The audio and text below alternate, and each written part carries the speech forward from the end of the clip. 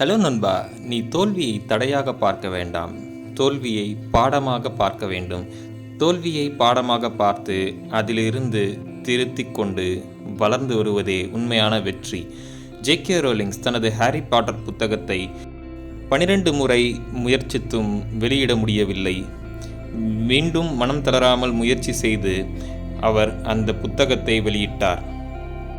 எனவே வெற்றிக்கு அடிப்படை தேவை தன்னம்பிக்கையும் அடையும் வரை முயற்சி செய்து கொண்டே இருக்கும் விடாமுயற்சியுமே.